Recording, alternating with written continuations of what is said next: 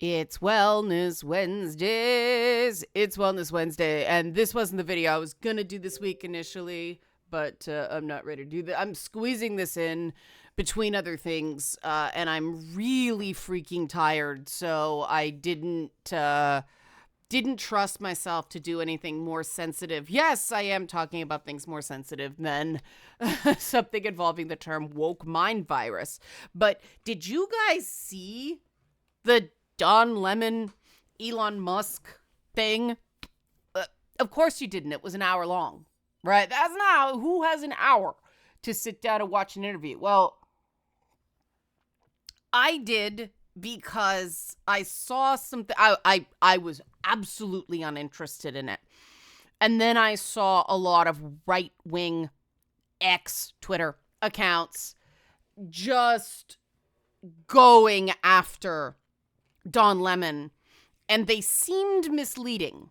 And so I pulled up the interview to check that particular bit, and it was about, medical standards and Duke University lowering standards and people dying and all that stuff.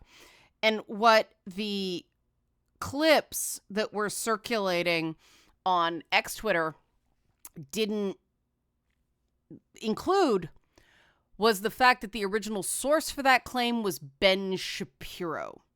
So, yeah, that changes things. And so I ended up getting sucked in to the rest of the interview, and it was fascinating because it's an example of someone who is clearly driven and creative in his own way and reasonably intelligent and obviously very, very rich.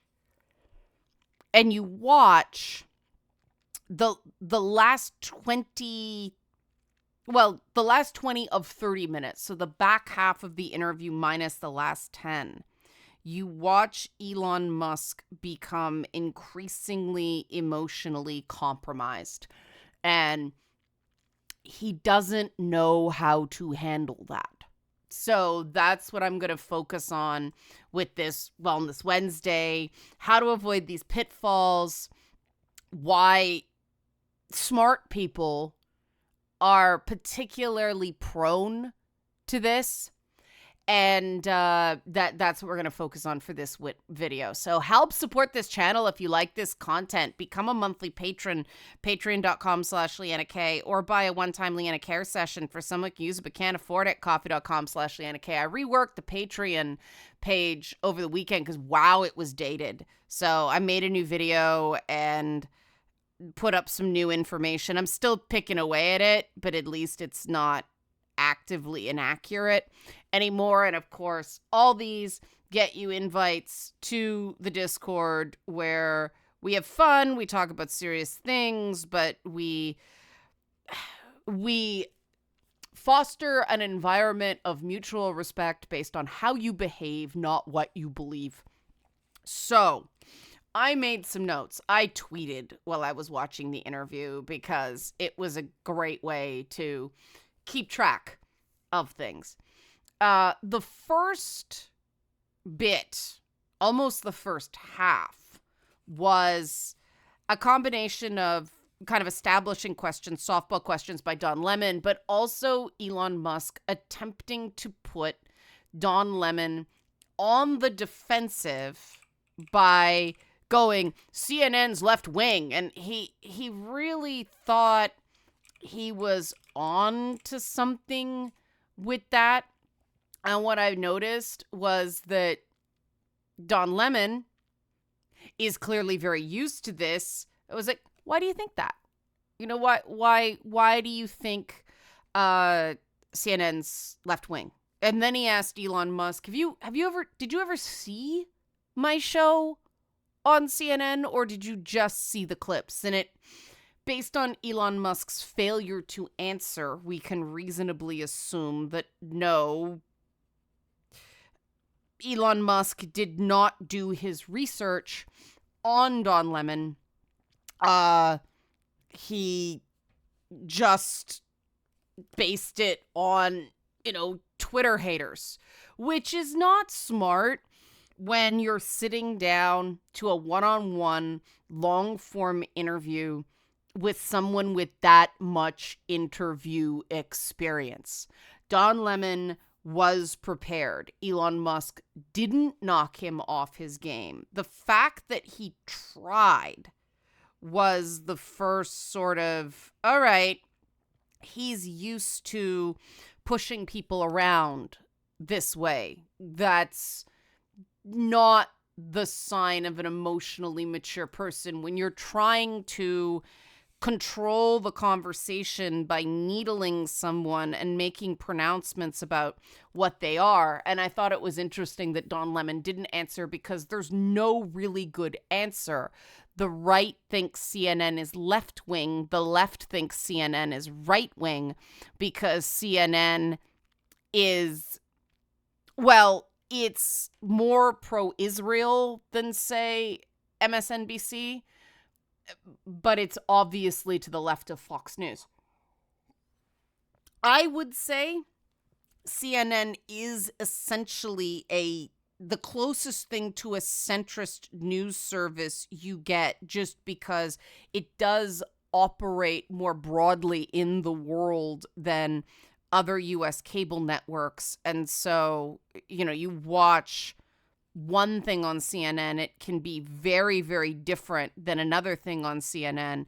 And while they definitely have a put people on panels and make them fight for cheap content slant, just calling CNN left wing is pretty reductive and indicates that, you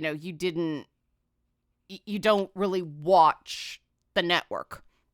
So that was the first thing that indicated to me that Elon Musk was unprepared.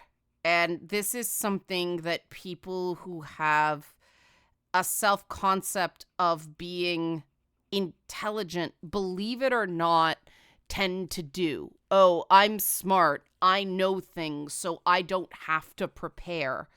And when you're going up against a guy who was on CNN for quite some time, who got canceled off of CNN, and you're coming in to talk about, culture war stuff, you better do your homework and you better be prepared to answer predictable questions. I'm surprised a media team from Twitter didn't prep him. Now, he probably thought he didn't need it. And that's the one thing that I find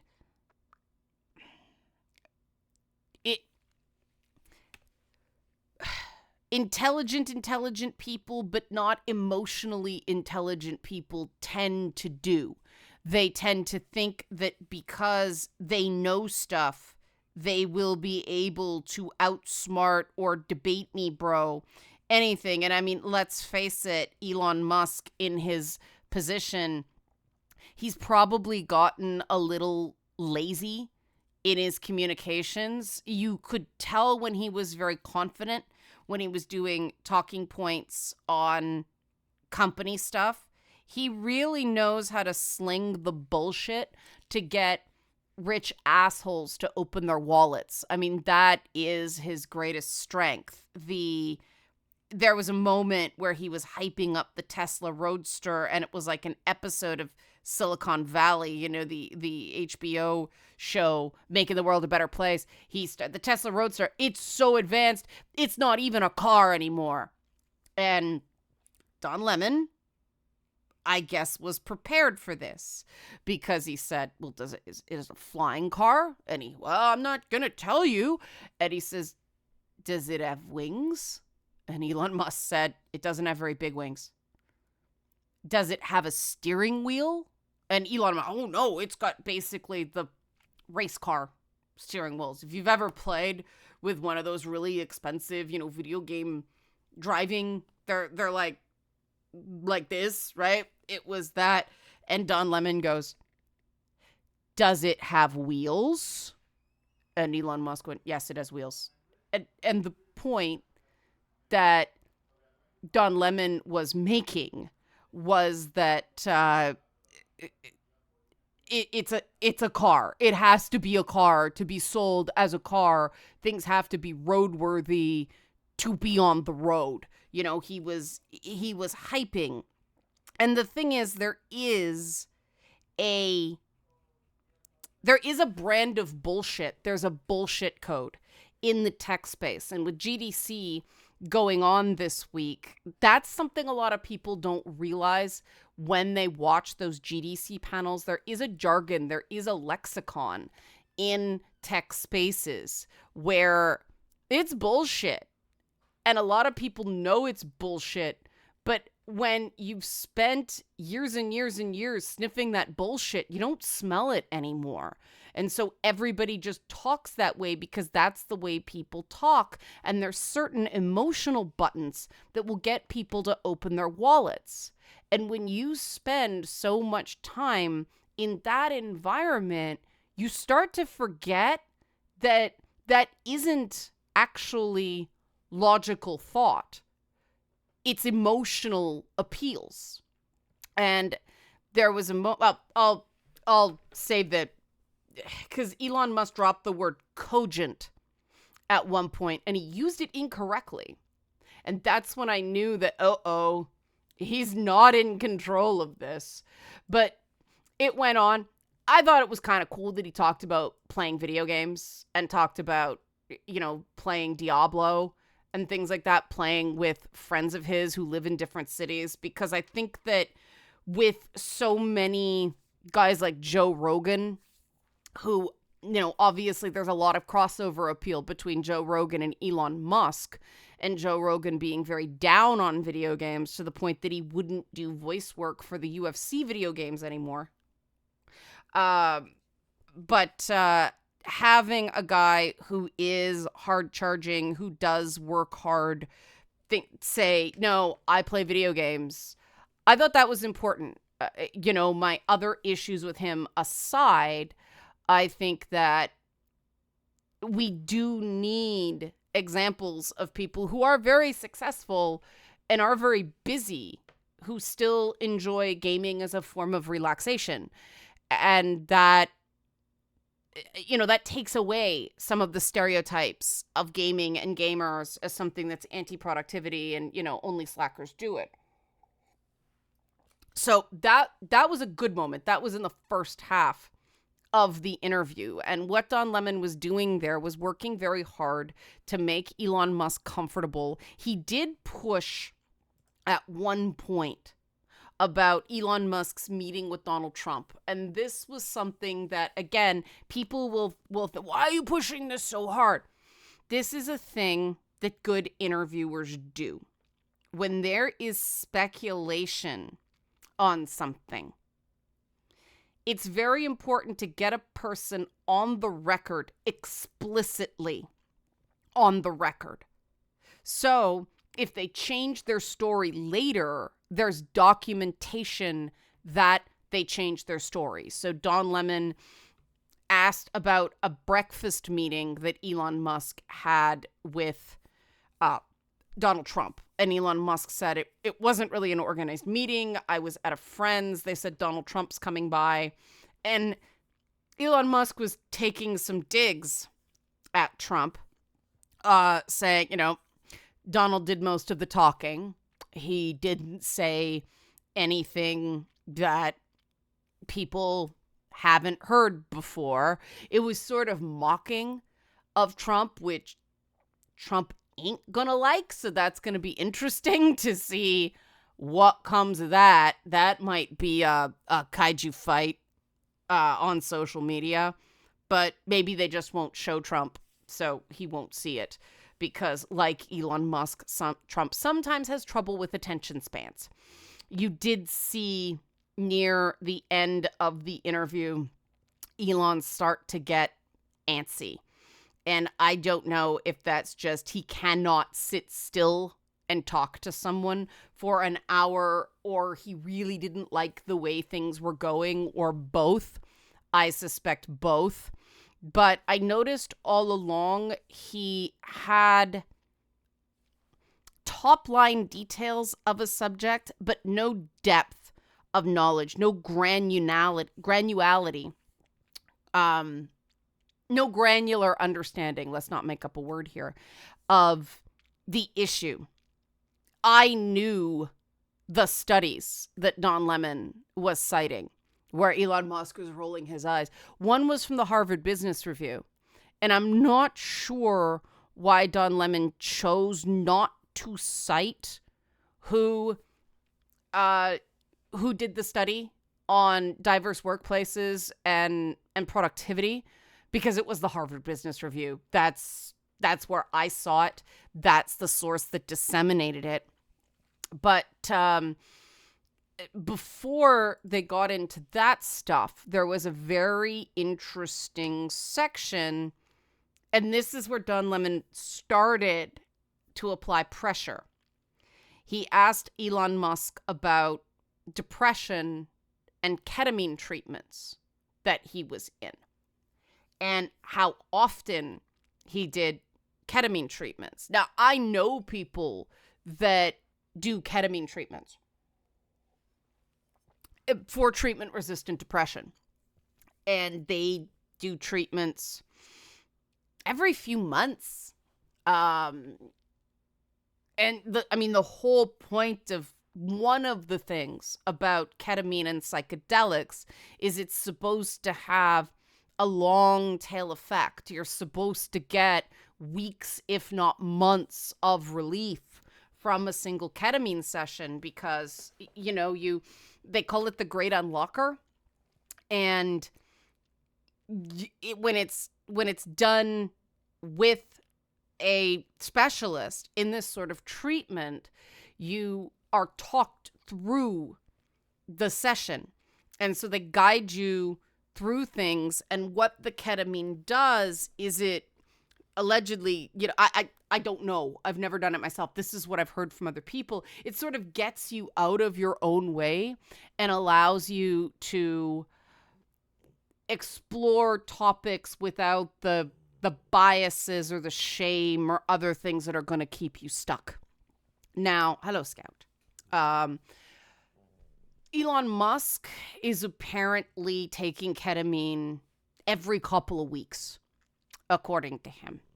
And he said he only takes it when he has, and I wrote this one down because I found the wording very, very interesting. He said he takes ketamine every few weeks for a depressed mind state connected to no negative thoughts. But he denied that he has depression. If he is having low mood, or as he called it, a depressed mind state, for apparently no reason, every 2 weeks, to the point that he can't manage it cognitively, he needs to take drugs. Not to level himself out, like as needed, drop ketamine. And he says only a little bit, but it's ketamine every couple of weeks. That's in major depressive disorder territory. Now, I'm not diagnosing him. I'm not a therapist, but most people, when they're having depressed mind states without an apparent reason multiple times a month, I'll let you decide what that is. But the fact that he was not willing to refer to himself as having depression or being a depressed person, the fact that he avoided the diagnosis, that was very telling to me. The fact he had to call it a depressed mind state instead of depression. It's distancing language. It's externalization. It's not accepting, I would guess that he probably doesn't have, a major depressive disorder. He's probably overworked and burned out to an extent. And that's why he feels low. It could just be exhaustion more than anything. But that was just a sign of what was to come, because at the 23-ish minute mark, they got into great replacement theory. And Elon Musk started citing statistics about how many seats in the U.S., they went back and forth whether they were congressional seats or electoral college seats, but he kept citing the number 20, at least 20 seats flip because of undocumented migrants. Now, he called them illegals, but I'm going to say undocumented migrants. I looked it up, and it's not actually the case. There was an official government document, which is where he's getting these statistics from. And again, he probably saw a tweet instead of reading the actual document. Pro tip, when you see something on social media and you think I may want to cite this, find the original document, because this is an example of how smart people look stupid, okay? Because I found the U.S. government document. What they did was they did a comparison, because in the census, it's total population. Undocumented people are included in population totals for the various U.S. states, which, of course, designate both congressional and electoral college seats. It doesn't affect the Senate. So with undocumented people included, it's a 20-seat overall shift. 19 get added to Democratic states. That's with everybody. And that's where Elon Musk got the number. Because the same paper says without undocumented people, it's a shift of 18 seats instead of 26. So overall, it's a difference of 8 seats. But the redistribution, the way it actually changes the map, remember I said with undocumented, it's 19 additional seats in Democratic states. But with that difference of 8 seats, only 5 shift Democrat. 5 seats in the current divided Congress do shift from could pass a few votes, but the Congress is so divided right now, with the Freedom Caucus and the Squad breaking from the rest of their party fairly frequently. No, that's not enough to meaningfully change U.S. politics. And Elon Musk didn't know that. And so this is when he started sliding into statements like, well, if you go back far enough, we're all descended from slaves. He actually said that to Don Lemon, who is black. And Elon Musk is from South Africa. There's a guy on my Discord who calls Elon Musk the apartheid prince. That was not a great thing to say, because it can be isolated and spun. And you'd think that if you're going to sit down to a media interview with a former CNN guy who got fired for his treatment of women, who happens to be gay and black, you go easy on those, right? You'd go easy. But at that point, Elon Musk was getting frustrated. He was getting emotional. And he was on his back foot and starting to get irritable. And you could see the shifts in not just overt cognitive overload, more stammers, more coming at things a few times, giving himself time to think, when he was pushed on these difficult subjects than when he was on talking points about Tesla and blah, blah, blah, right? Like, he had very, very clear and direct speech when he was talking about something he was comfortable with. He was getting defensive, getting, more classically, because he is on the spectrum, you saw more of the Asperger syndrome when he got stressed, seizing on tangential details, missing the bigger picture. The clip that made the rounds was a thing about, if we lower DEI standards then in medical schools, then more people will die. Don Lemon kept saying, all right, cool, if, yes, but is that happening? He wouldn't answer the question. There's no evidence that's happening, Don Lemon kept saying. And Elon Musk was just stuck on this idea.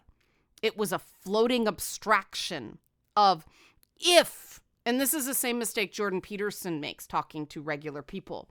If something happens, then it's like, yes, that's a hypothetical. That's a thought experiment. But the same way, J.K. Rowling isn't allowed to create fake predatory men to get, trans people's access to bathrooms restricted because men are the enemy and are scary, right? There's just no evidence that, there is a serious problem with women being assaulted in bathrooms. The majority of assaults happen in private spaces, not enclosed public spaces. In fact, more sexual assaults happen in open public spaces like public parks than bathrooms, because there are cameras a lot of the time in the hallway outside of a bathroom. This is a problem with hypotheticals when you're trying to be persuasive. And there was a point in the interview where Don Lemon showed Elon Musk some of the anti-Semitic content that's posted on Twitter. And to Elon Musk's credit, you can see that the images did disturb him. He undersold how much they disturbed him. He just says, obviously, I don't agree with them. Instead of going, no, those are repellent. And Elon Musk didn't seem to understand the line of questioning that Don Lemon was engaging in. And I do think that his neurodivergence didn't help him here, because Don Lemon was using a different statistic than Elon Musk was, and both of them were accurate. One was, there's more hate speech on these platforms in terms of number of posts. That's the statistic that Don Lemon was citing. And Elon Musk didn't argue that statistic. He ceded that statistic as factual. But he said that fewer people are seeing the bigoted content. And what I found interesting about that was that was Elon Musk admitting that Twitter uses some sort of algorithmic shadow banning to pick winners and losers on the platform, which is something people have been talking about for quite some time. Twitter is not a place where if it's legal, if it's lawful, then it doesn't matter how awful it is, it stays on. There are things that people can get Twitter jailed for that are legal. Twitter just doesn't allow it. We all know that. We've either seen it or had it happen. It happened to a guy I know a few weeks back. And the problem also with that argument is that Twitter uses U.S. law, which is some of the most laissez-faire free speech laws in the world. There are certain things you can't, that violate Canadian hate speech laws that are allowed on Twitter. And so if there's ever, and there's stuff in the EU that could become significant fairly soon about, is Twitter going to be X allowed to operate globally if it's not obeying laws in all the places people use it? So that's not the greatest defense long term. And Musk is getting lost in the details and losing people on the greater narrative. And then he got juvenile. He started going, well, you clearly love censorship and I don't. You clearly want censorship and I don't. And he started going, yeah, yeah, yeah, yeah, yeah. He goes, you want censorship. And Don Lemon's like, I do not want censorship, because he was talking about personal responsibility. It's your platform. He was making the point, it's your platform, it's your company, you can do whatever you want with it. You can set the rules, which has nothing to do about what Don Lemon would do if he was in that position. He was trying to get Elon Musk to acknowledge, yes, it's my company, it's my rules. Even though he's not the CEO and he's not the sole owner. But Elon Musk started going, you love censorship. You love censorship so much you can taste it. It was either you love censorship so much you can taste it, or you want censorship so much you can taste it. I don't trust my own notes here, which was juvenile and not going to change any minds. That's a moment that his core fan base is going to go, yeah, like the minions cheering, but it's not going to persuade anybody. And you don't do interviews like this. He's not a politician. He doesn't need to whip up his base. You do an interview with a guy like Don Lemon to either persuade undecideds or convert some people to thinking you're not what they think you are. And I don't think he succeeded on either of those points. Somebody who's already a fan of his doesn't need this interview, especially since he fired Don Lemon. He canceled Twitter's, monetary deal with Don Lemon's program after this interview, which I think is a dumb idea. I'll get to that at the end. But in that moment, that was where he fell apart. That's where the wheels came off the bus. That was when he started to seem extremely agitated. And at one point, Don Lemon actually backed off. After they went through the whole DEI thing, the stuff about the woke mind virus, where Don Lemon gave Elon Musk multiple opportunities to define woke. He didn't or couldn't either time. And this is not the first time an interviewer has pushed him on this. The same thing happened with Bill Maher. And it was an otherwise friendly interview. That was just a bump, you'd think. And that was a year ago.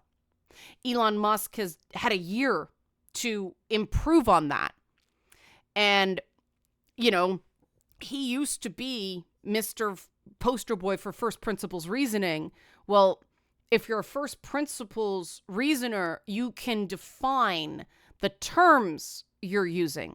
And he seems to associate with woke in this very amorphous, abstract way where, well, it creates censorship. So that's what it is. It's connected to censorship. And, if you don't know that its roots is in, African-American vernacular English starting in the 1930s, and it's since expanded from racial awareness of racial politics to things like, LGBTQ plus rights, so on and so forth, gender identity rights. That wasn't that hard to define. And I wonder if it's because you define it that way. It's like, who can be opposed to that?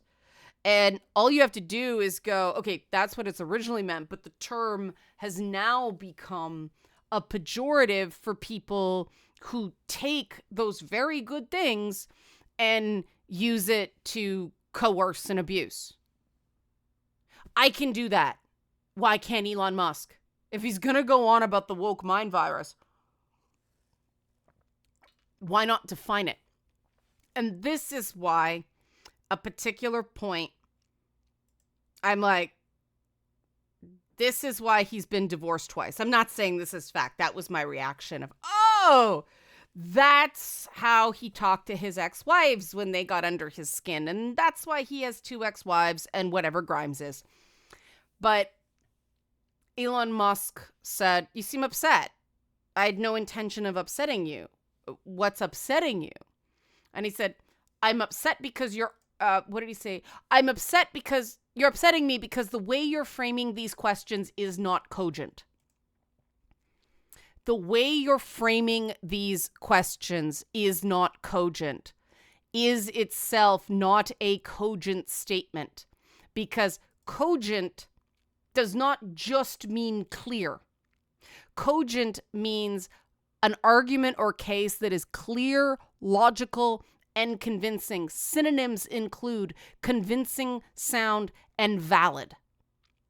A question, if asked by a journalist that is attempting to persuade, is a leading question. There is no requirement for a question to be cogent. And when someone does something like that, it's throwing a lesser used word at someone, often in an attempt to make them sound dumb. There was no need to be defensive. There was no need to go on the attack there. There was no need to go, I'm upset because that is not the mark of an adult. That's certainly not something you do when a camera's rolling, not from a PR perspective, because adults own their feelings. He could have been, I'm upset because, hey, you just waved a bunch of anti-Semitic stuff in front of me and suggested that I somehow agree with this stuff. Like, that's upsetting. That's hurtful. That's not what it's about for me. I support the right for people to say things that I find disgusting. That would have been a better answer. I feel like I'm being misunderstood here. That's better than I'm upset because the way you're framing these questions is not cogent. It was a bad moment. It was really, really a bad moment. And you saw Don Lemon back off in the last little bit of the interview while Elon Musk was watching the clock and going, you have 15 minutes. And he actually said at one point, I have people waiting for me. I'm very busy. Things like that. And it's like, Don Lemon handled it well. I got the sense that he was surprised at how poorly prepared Elon Musk was. I mean, not having a better answer to a question that he got a year ago and got a bunch of bad headlines from an appearance on Bill Maher, you'd think he would improve on that answer. But he's clearly digging in. And when people do that on something that is what we'd call an unforced error or a tactical error, it indicates there's something emotional going on. And the thing about what Don Lemon did that was pretty smart, well, his producers are smart anyway, is that he didn't ask anything that wasn't public record. He asked about his tweets. He asked about a discrimination based on race lawsuit against Tesla. Now, that lawsuit could be nonsense, and all Elon Musk had to say was, look, that's before the courts. Don't ask me about that. I can't answer. Instead, he said, I didn't see anything. I walk the floors all the time. I practically live there. I didn't see anything. And if someone's claiming he did see something, that moment of the interview is now relevant and admissible. I don't know what he was thinking in that moment. There were a whole bunch of little bits there that he did not take it seriously. He got rattled on the anti-Semitism thing. He got rattled on the DEI thing. And I do think the DEI thing is... Remember I said a few videos ago that nobody feels centered? As somebody who's been a part of designing diversity, equity, and inclusion materials, not for games, for, companies that I'm not allowed to name, but not in gaming. We're talking very boring companies, no fun. They tend to be ass-covering measures. And the companies don't listen at all. They know what they want to put in there. They bring you in and it's like, all right, how are we going to convince them that their DEI materials are actually like actively racist? We can't, because they're the client and they'll just fire us. So we have to convince them just not to use these parts. But of course, they sometimes push because they spent money developing those parts. And then it's a question of, do you push back and get fired and then have, the job at the consulting company you work for be jeopardized because you lost the client? Or do you go, sure, whatever you want, and just rubber stamp it? That's the truth of a lot of these things. And is that bad in its own way? Yeah, but that's not a bunch of external contractors calling the shots. That's the company bringing in a consultant, throwing a bunch of money at them so that they can do what the fuck they wanted to do in the first place. And that's the dirty little secret of DEI. I wish this was Scotch right now. I could talk at length at how bullshit most DEI programs are. People who work in DEI can tell you how bullshit they are. They are not allowed to do their jobs. They are not allowed to adhere to best practices. It's a whole bunch of horseshit, but I'm not arguing a hypothetical about board certified surgeons. I'm talking about experience of what actually is happening. And that's the thing I found strange. There are better arguments for everything Musk believes. I don't agree with a lot of what he believes, by the way, but I could make a better argument than him because I know the other side. I understand the other side. And that's the problem. He clearly doesn't. He doesn't want to. He wants to stay in his bubble and talk shit and not be challenged. And that's why I think it was a mistake to cancel Don Lemon after that one interview. Because Don Lemon did a good interview. And somebody more secure would be, wow, you really got me? You caught me napping? You're good? This is free speech. I want to promote this. I want a diversity of voices on this platform. Go get them. I want to see what you do with other people. That would have been the secure, smart, non-defensive play. That was not what he did. And it certainly sounds like after all his "you love censorship and I don't" talk, he killed the deal. And yes, it's not really censorship. You're not forced to pay for speech, right? They still let him put it on the platform. But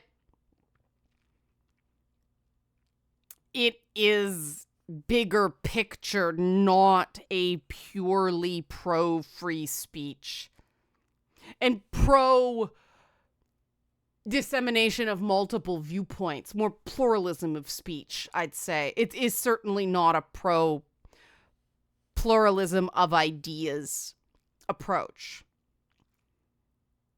And the one type of free speech of on paper everybody's allowed to speak doesn't do much without that other type of free speech, which is promoting different viewpoints. You know, when I come here and talk about something, I make sure I understand the opposing or the not quite aligned point of view before I start talking. Because that is a form of, you know, someone will listen to someone who understands but doesn't agree, or agrees with some parts but not others. Someone's much more likely to listen and be persuaded to that because it's a more cogent argument. I can't believe he used the word cogent to refer to a question. But that's what happens when smart people who rely on battering someone with concepts gets emotionally compromised and can't get the other person to just shut up with shame. And that's something that if you want to run a social media platform, you can make like rocket ships and electric cars and be Elon Musk. But if you're going to run a social media platform, it's better for your business to show that instead of just saying, well, I can admit it when I'm wrong, actually modeling that. Because I really think that if he'd taken that licking from Don Lemon, and people say, you didn't take a licking, just say he did. Okay, benefit of doubt, right? Like, say it was terrible, no good, very bad. I actually think it's better for him in terms of advertisers to go, yeah, I shat the bed there. And get better and show that it's not a right-wing service. It's not a pro-hate speech service. Look, he has this guy who clearly doesn't come at things the same way he does. And he's promoting him. He's promoting him, even though he said some things he didn't like. Just like those anti-Semites and great replacement theorists that he claims he doesn't agree with either. Cogent arguments, people. Cogent arguments. Help support this channel. Become a monthly patron. Patreon.com/Leanna K. Or buy a one-time Leanna Care session for someone who can use it but can't afford it. Coffee.com/Leanna K. Thanks for watching. And don't be like Elon Musk, relying on ketamine every 2 weeks. Be well.